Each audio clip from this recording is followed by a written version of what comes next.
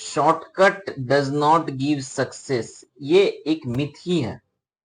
Short tricks, short paths हमें success देते हैं, पर हम क्या समझते हैं शॉर्टकट को या शॉर्ट पाथ को, इसको हमको सुधारने की जरूरत है।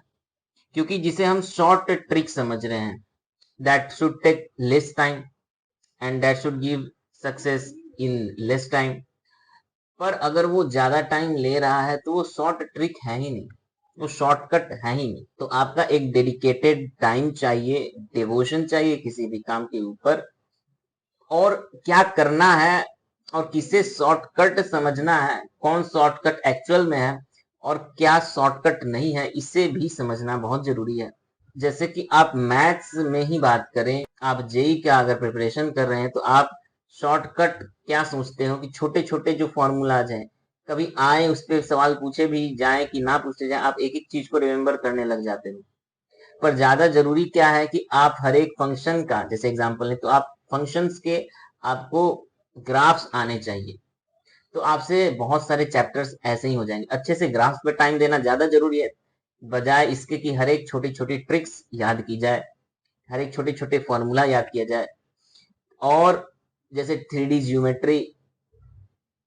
और कोनिक सेक्शंस हो गए, इसमें आप जो डायग्राम है वो इमेजिन करके बनाएं, क्योंकि हर एक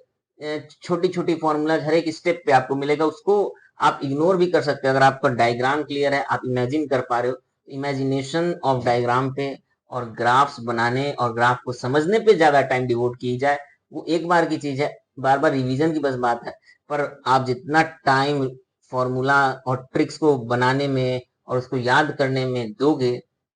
वो आपको बर्डनसम करेगा। जहां पे आप अपने माइंड का इस्तेमाल करते हो, जहां